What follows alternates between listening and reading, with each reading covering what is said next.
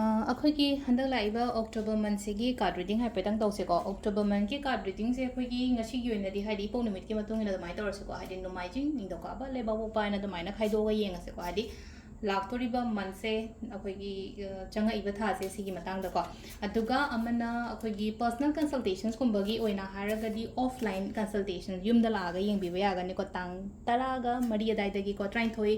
13 ꯁ꯭ꯋꯥꯏꯗ ꯑꯗꯨꯝ ꯂꯥꯛꯄꯤꯕ ꯌꯥꯒꯅꯤꯀꯣ ꯑꯗꯣ ꯑꯣꯐꯂꯥꯏꯟ ꯀꯟꯁꯜꯇꯦꯁꯟꯒꯤꯗꯃꯛ ꯑꯣꯐꯂꯥꯏꯟ ꯀꯟꯁꯜꯇꯦꯁꯟ ꯈꯛꯇꯪꯒꯤ ꯋꯥ ꯅꯠꯇꯕꯤꯗ ꯑꯩꯈꯣꯏꯒꯤ ꯈ꯭ꯔꯤꯁꯇꯜꯁꯀꯤ ꯃꯇꯥꯡꯗ ꯀꯩꯗꯀꯣ ꯑꯩ ꯅꯨꯃꯤꯠ 35ꯅꯤꯃꯨꯛ ꯌꯨꯝꯗ ꯂꯩꯒꯅꯤꯀꯣ ꯑꯗꯨꯗꯨꯅ ꯍꯥꯏꯗꯤ ꯚꯤꯖꯤꯠ ꯇꯧꯕꯤꯕ ꯌꯥꯒꯅꯤ ꯌꯨꯝꯗ ꯀꯩꯗꯀꯣ ꯑꯗꯨꯃꯥꯏꯅ ꯑꯃ ꯇꯧꯕꯤꯔꯣ ꯑꯗꯨꯒ ꯑꯃꯅ ꯑꯩꯈꯣꯏꯒꯤ ꯀꯥꯔꯗꯀꯤ message ꯌꯦꯡꯉꯁꯦꯀꯣ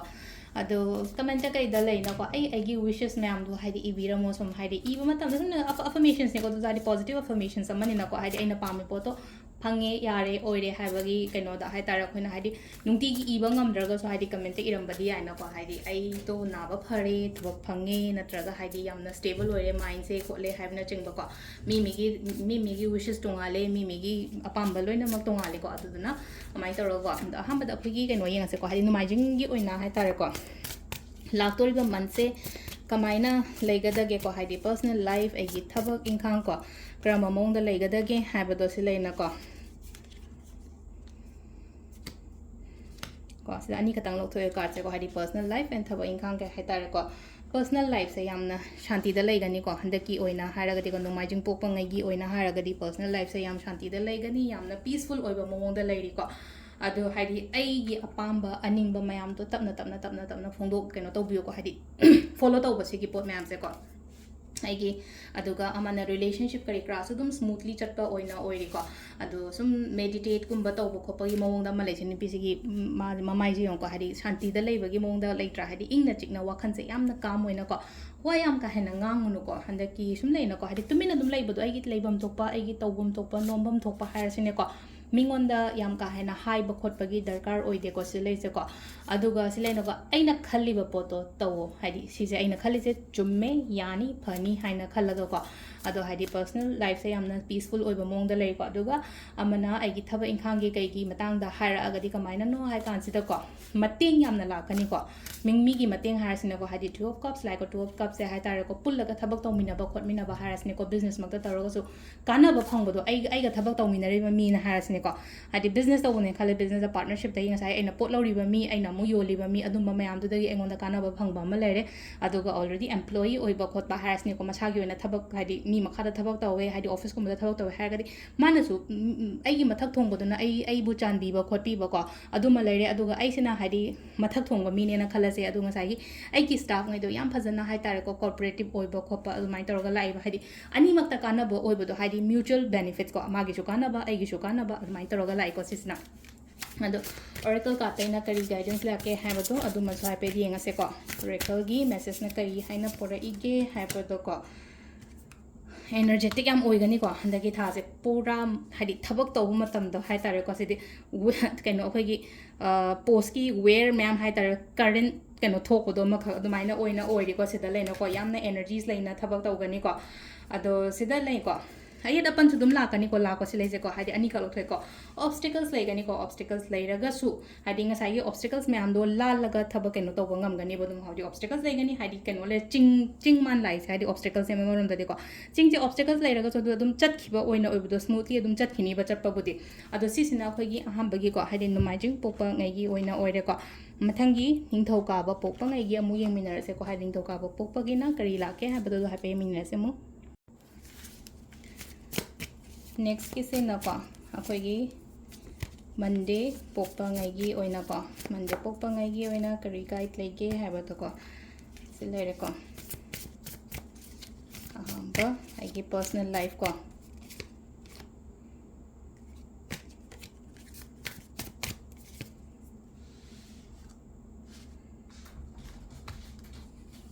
sida personal life se ko ahamba gi se ko ai personal life yam smoothly chatkani ko sile se ko hari yamna nungai na hai tare ko hari wakhan se hari yamna jolly mode tani khangde yamna wakhan nungai na leiba khotpa dumai leidi ko hari ke ba mawba khotpa hai de october month ne ko october month se dum hari aphaba tha di dum haure na hari na angai akoi gi tarpon nubon kenom tawma da thawa phat keno tawba da hari aphaba thabak tawda phatte khote haraga su sida leise ang khak leina ko wakan nungai na leiba ama leiriba personal life sidi yamna smoothly leiba khoppa adumaina leiko aduga ama ani shuba sina haita agi professional ke hadi confusion katang leigani ko thaba inkhang gi matang da di hadi chamam na bai tar ko kadom da kari cha toino ko ton hadi som chakuna phagadra hadi adugi clarity ama ile leitaba gi type to ko phajana khandho phajana guidance kum balawo mingon da gi ko mingon da gi hara ga dinga sai hadi samna guide hara ga de tarot guidance ni khang de natraga ai ima ipa ichin naw ke ka le me am de thaba inkhang matang phantana e dada iche aina tawdu je som swi thaba sina phagadra natraga ai partner da hara sine ko tanaraga phajana hai tare ko hadi consult tawra matung do ina tawbiyo hadi thabak tadi kitang confusion gumba le aduga personal life ke oina hara ka diyam phai ko adunga sai gi sida confusion lai se ko one sida mamit punjalai se hadi lothok matam da ngon dadi hadi clear di oigani ba ina tawdoi thabak se karino karano haiba do hai tare ko si je aingon da si taw matam da hadi haji mit punjala ga de khoi je hadi chatpham khangden na kadom chattuino kai tawdoi no haiba do gyan ta do sida mamit punjala je mit punjala le je khoina lothok pa ma change ba sida makhut pun badi na te dana hadi mit khatang ni na pulle je sida hai sida lai ban pi sina hadi mamit khatang punjala ketang lang sina hadi kwak mayam sina yesalaga lai bagi type ta lai bodo maka kana kani hadi ai gi thabak yam chin bagi maka tawbong khang da bodo adu soi be shai ko ai busy yam oira ga di hadi sometimes hadi khanda bangam da ba shya oina ko thabak phatte ha bana te ba se lai che ko hadi thabak mayam ma chin ba khot bagi aduna confusions lai bani khang de clear oi da bani khang de adumai taro hadi khut pun badi na tam ni na isana se je ngasai gi yesali ba mayam che tapna lothok cha badi ai ni isana phasana khanthara ga kholaga adumai na gum thabak to bi ba ko sisina koi gi keno leire ko adu ngasai gi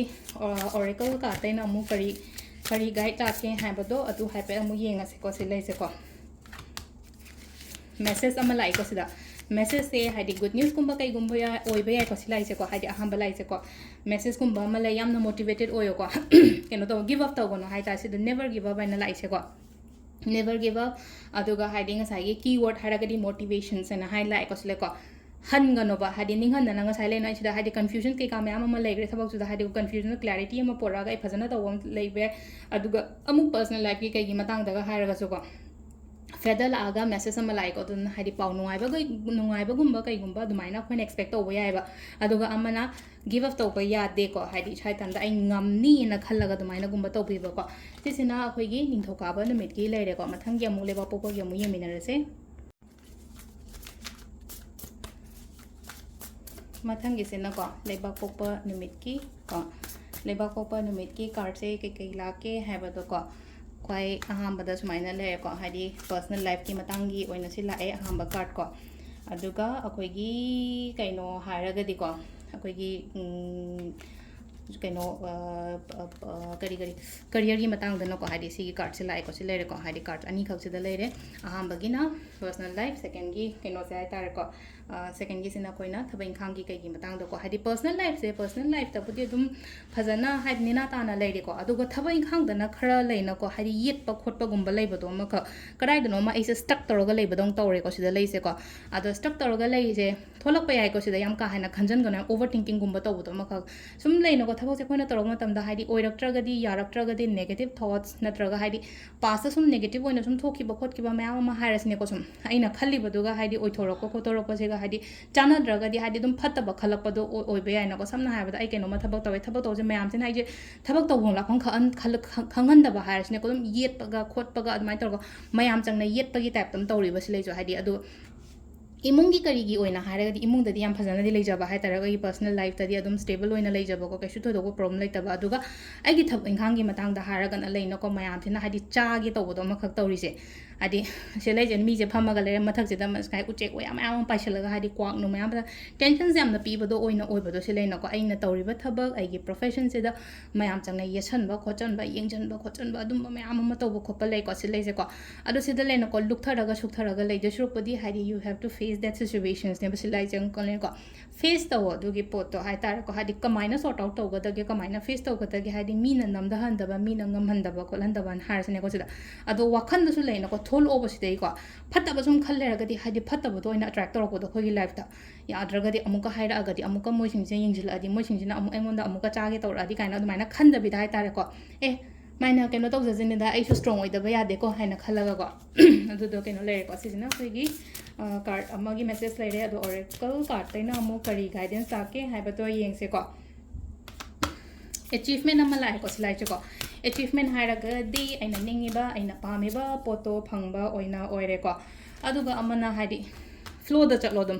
water gi energy is like water ha ising je dum flow da smine taroga ising je chatlaga letra hadi ising je koina mathak ta chakhai ge khoka ge ha ba yadena hadi flow se dum mai to hadi surrender like water plus surrender ko just go with the flow ne bsi lai che ko hadi flow se dum chatlo akoina turen ising chen ma matam da turen ising smine taroga chen tha ge dra hadi mathak ta smine di chen khalak tena adu dun hadi flow se dum chatlo masa mathan da dum loi phaja gi jane ba adu dun hadi tension kem ta lobi ga no se lai je ko hadi pharaga di yeng jan tam ne mayam chang da no ko hadi phatta ba mi ma da di ka shu ga nam ta ning chel loina ai je mayam de kitang thoido hen dong na hadi khara hen na phaba gi ne han ko sometimes adu maina su khandok piyo hadi posing je reconsider tawra matung da ko ai je kai shu na ta ba mi am oiram ma ga di hadi mayam se ning chel loi ai je kai no ma phada na bo hadi mo mayam chang ing chel ni ko haina khalaga du mai ta ro ko sida lai re ko kai sigi message ko mathang ge mo yemi na se mathang gi se na khoi gi ko yumja kai sha ge mi yang ase ko yumja kai sa gi ai gi personal life aduga ai gi thaba ingkhang na hadi kamaina lai ga da ge haiba se ko hadi personal life yam phana lai ko hadi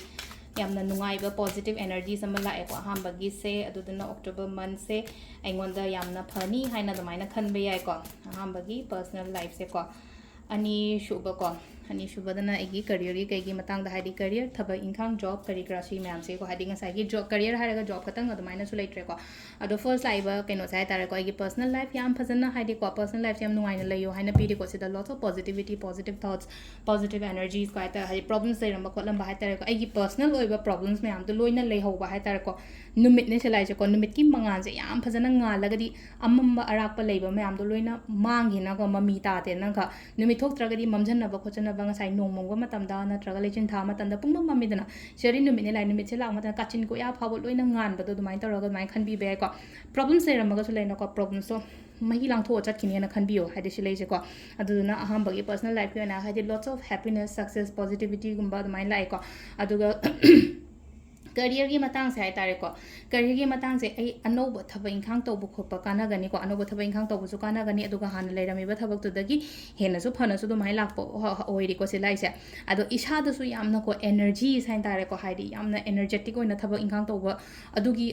kaino ma su lai ko ai je handak October month se ai phasana thabak to ge phasana pot yon ge phasana like pa ge phasana pekha thaba ge preparations to ge khot ge kaina adumaina khan ba khot pro su leiram gani ko isha da adu silai je page of once la ko matam je opportunity su la kani ba khatang kaino khatang gi aina hotna ba khatang gi wasuna tabi ko hotna ba khot pa duna site ma loi khudong cha ba su dum la ko oi ba to engonda adu maina oi ri ko sisina gi hinja kai chana met ki lai re ko adu oracle card taina amu kaino ha ma chang je ko cloud lai ko clouds means distractions and ha re ko sida len ko lechin thazalapa matamda hai tare ko haidi lechin gumbala matamda khoje chapham khangde dana adugi kaino do ma hai tare khatang adu do phajana haidi clear o helo aina chatoriba aina tawdoriba poche hai tare ko ai do clear o hen ba khot pa mai taro ko amadana recycle hairaga de kaino recycle recover haidi poche leirammiba problems kumba leiramme haragadi adudagi tholakpa oina oibado du oire ko aduga distract oiba yate ko hadi tawriba thabak tawdoriba thabak aduda full focus ka loina na taw hai distractions kumba mi amana kainom haire e natra kainom ma taw ko lo haibagi hadi kaino taw da ba hai chamam na da ba haisna ko chamam na da man da hadi bula chu da ba sigi matang se decision making da oiro ama da oiro ko ama dana hadi recover tawraga lai ko recover recycle hai tare ko hadi hanagi kaino ma am da loina erase tawraga hadi aphaba no energy sama mai taroga thabing khang to bibada kai ba kem ta leite ko sisina ko gi yumja ga chanu mit ki lere ko adu mathangi sagon sen gi mu yeminara se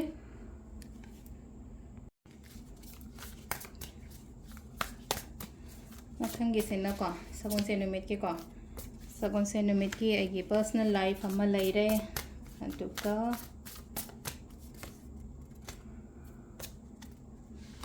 career gi matang da mala ko silai se ko ado khwai first ko ai personal life ki kai gi oina haraga de ko ai personal life se yamna thabak yam yam ka yam ba haraga de ko haidi mating to bina ba lai ta bodo maka ai gi damak ta mating to bina ba mi na haraga ithanda loina ma khotna ba ithanda loina mak to ba ai gi ne haibada haidi help to bina ba mi se khatang wat pa dona to we ko silai se ko ado ai gi personal life se dum isha ithanda dum isha si leina ko na thanda dum to ka shukai te ko responsibilities kai ka to ri ba ko tham to haidi darkar le matam da di haidi hai ko mingonda amai to raga haidi thabak se yam ba yai ko handak ki tha se amuk hena thabak yam ba yai ko imung manung gi thabak oiro amo imung manung gi responsibilities harasne ko imung manung gi responsibilities amuk hena yam ba yai ko na hangai to ram ba du da gi adum thabak chin bani khangde ama natraga ama magi amu angang gi amu amu ichagi amu kano ichagi amu natraga imai pagi amu husband gi amu wife ki amu adumai tawraga hai tar ama natraga ama gi responsibilities adum tawlei bodo even kano harasine ko mari mata phawba harasine ko thain tawraga मोगी तमक तब तब तब ओइको अदो साई सिदा मु लासे बो कइनो गे हार थबै खांगे हारसिने को थबै खांग दि यामना फबोन लाई को हल थबै खांगे हारगदि सिदा को लाइक 6 लवस का लागा जों साई हाइदि लवस का से मखोना करियर वाइज त दमाइनि यंगा पनिना फबो ओइको हाइदि पैसा नुसा के का हाइ तारे को फजना लापो ओइनो ओइबो हंदकी थासे हंदकी दा पॉजिटिविटी अदुमाइना गुंबा लेको हाइदि थबक तौ मतम द यामना कइनो हाइ तारे का हाइदि पॉजिटिव रिजल्ट गुंबा लापो अदुमाइना सु ओइ तो लक्ष्मी गुंबा कई गुंबा हारसिने को लक्ष्मी गुंबा निंगो हाइट मतम को लनगी शोर से निंगो हंदकी थागी ओइना हारगति को लनगी शोर हारगदि आदि कोइ 31 से दिवाली सु ओइरेना को खरा मन 31 ताइ खरा मन फर्स्ट ताइ अदो आइना तौनिंगबा हाइदि अदो 31 होद्रिंगै दगी होना हाइदि 5 days की अखोइना ममांग चही दगा सम रिचुअल तोबो खोप मैम दो अदुम मैम दो हाइदि फॉलो तोबा यायबा हाइदि लक्ष्मी निंगो हाइबनिना आई निंग बताइबा लक्ष्मी जिंग साइगे कइनो सु ओइना कोइना जिंग सगुनसिन सु ओइना को सगुनसिन हाइदि लक्ष्मी गुंबा निंगो लक्ष्मी निंग दो मीना इमोइनु गुंबा लाचबो खोचबो लेरगदि अदुम तौजरसु कइसु काइदे को अदुदुमा तौबा याय को अदुगा पैसा नुसासे अट्रैक्ट तौ हाइबगी दुमाइना फजन लाई को पैसा अट्रैक्ट तौ हाइगदि पैसा चंगो को लोन हाइबसे आइना तौरी आइगी थबै इंखांगी मतंग दो को थबै इंखांगी द ओइरो नत्रगा कोइगी करियर जॉब नुंग तानबा ngai ओइना हारगसु पॉजिटिव साइन गुंबा कई गुंबा दुम खरा पीरि को अदुगा ओरेकल दना मु कइनो हाय कांजिरा को हीलिंग लाय को हीलिंग लापान हारगदि फरकपा हारसने को सिदा लैरिबा प्रॉब्लम्स करी क्रा मैम सिदगी हेना फगलपा हेना केनो तौबा को अदुगा अमदना कन्फर्मेशंस हाइना लाइको कन्फर्मेशंस हारगदि आइना खलिबा आइना ngairibo poto हाइदि कन्फर्मेशंस कुंबा लाकपा खोपसु ओइबसु यारि को सिलाइसे को वन फर्स्ट इज हीलिंग को सेकंड द लाइसना हाइदि कन्फर्मेशंस कुंबा दमाइ तो लाइ को हाइदि प्रॉब्लम्स आइना बदगी फगलपा अदुगा आइना ngairaga खोलगा लैरिबा थबो मैम तो हाइदि नेना अमा मेन अमा तारपा खोपा दमाइ तो लेर को तिजना अखोइगी सवन से नमित की लेर को अमथंग इराइगे मु यमिनरसे नेक्स्ट की को नेक्स्ट इज ना इराई को सिदा लाए को हैगी पर्सनल लाइफ की मतंग द लाए को सिदा हांबद को अदुगा मथंगी सिना हाइदि करियर वाइज की करिगे दमाइ तौरगा ला करियर की ओइना कार्ड अमगा लोथोकजरे को करियर की ओइना सिलाए को हाइदि फर्स्ट थिंग पर्सनल लाइफ से अंखक लेनो को खितंग हाइ तारे को चेंज तौरो इछा जे नहांगैगा हाइरगदि खितंग चेंज तौथोकपा अमा दरकार ओइ चेंज तौबा है कमायना नो हाइ कांसिदा हाइदि के थबा अमा तौबा मतमदा को कीगनो हाइदि आइना कइनोमा हाइनिंगबा कइनोमा मिंगोन ताकनिंगबा तौनिंगबा मतमदा कीगनो हाइदि स्टार्ट अमा तौगे नत्रगा आइसिसि मंगोंदा हाइगे नत्रगा तौगे हाइमन इसाजिदा अकीबा फावगनोबा आइना हाइनिंगिबा वादो हायो आइगी पार्टनर द ओइरो आइगी फैमिली मेंबर्स द ओइरो अमा द ओइरो को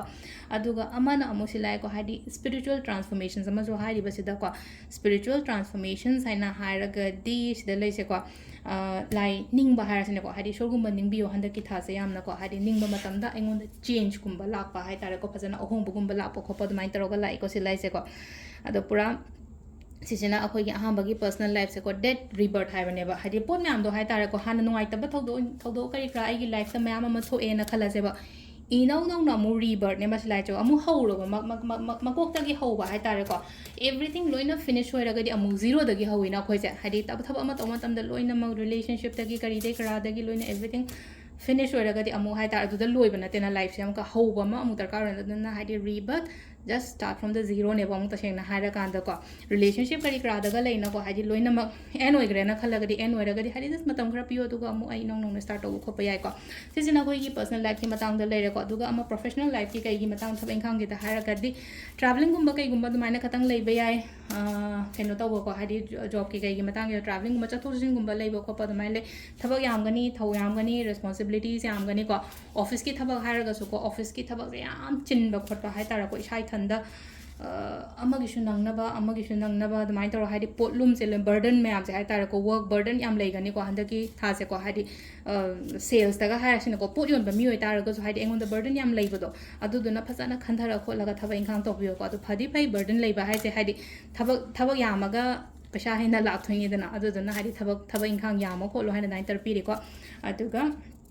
अमना को ओरेकल कार्टन ले गुड लक है लाई को गुड लक कॉइन्स पैसा लाए गुड लक लाए को सिलाइसे अदुगा मथंगी अनिसुबा कार्ड से नमु कई हाई कान से द को second card ko second card sina relationship kana khangni haidi si leina ko luhung kai hong bagi haira pani khangde amani khangde mari amuke na phabani khangde mai to ko notes kishi haide khumu ki kishi gi type toroga laise notes mean haidi kishi ma ki bane slai ko relationship amuka hena haidi strong oi strong bonding gumba kai gumba lakpa dumba su oi atuga amana koigi kaino gumba oi base akoigi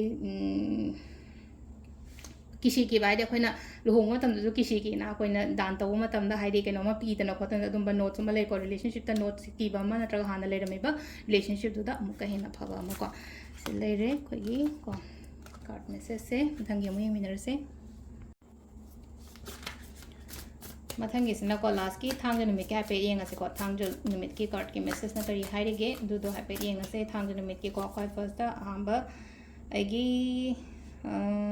personal life sida leire ko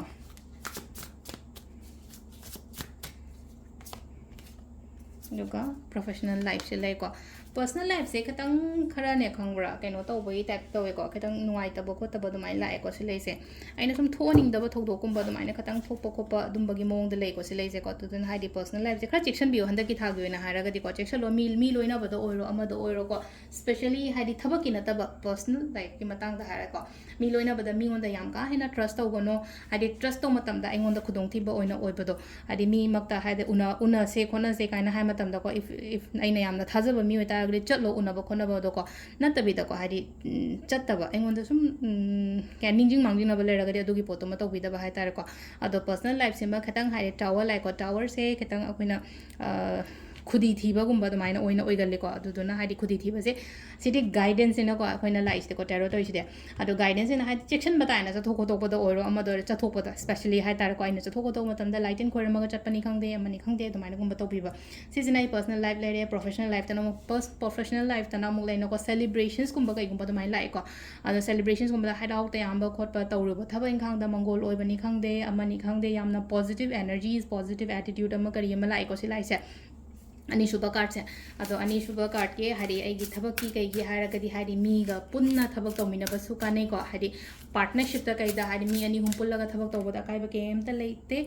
अदुगा हरी कानसु पुल्लप कानागनी को नुंगाइबा फटपा high तारे को थबक ngairaga leiba मीगा लेरगदी कना खनी थबक तो यावरपनी खंगदे money खंगदे को आइना ngaijariba पोतो थबक तो ओइरो business तो ओइरो को अदुगा ओरेकल मेसेज तना को अमुकसु लाइ को क्वेश्चन साइना लाइजे अखोइना कहीं होटल गुब कहीं सिगी कहीं थम्द्रा लंबी गाड़ी सेंबद तपना थौनबम है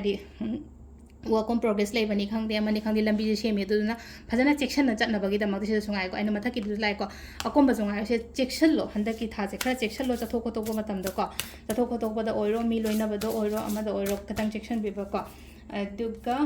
सिलेको नंबर 2 दना मी पुनबा से लाइको मथकी पुल्ले मखागी पुल्ले को 20 खोई को खोई जे मैम अमा खोई अमा खतंग दी पाइदेना हाइदे खोई जे पाइ मतमदा हाइदे पुलप पुलप को अनि 20 हाइ को BEES 20 अदो ngसाई हाइदे ग्रुप ता गुम्बा दुमाइ लेबदो हाइदे कम्युनिटी को हाइदे मिरक तिनबा मी पुनबा खोटपा अदुमाइ तरो को हाइदे सिदा पॉजिटिव लाइको सिदा कम्युनिटी 20 पुन्ना हाइदे लिंगजेन मानना थबा इंखांग तोबो खोपा माइ तरो को अदो सिदा लेरे खोइगी कैनोगी ओइना को लाकदोरिबा अक्टोबर मंथ की कार्ड रीडिंग को मैम थैंक यू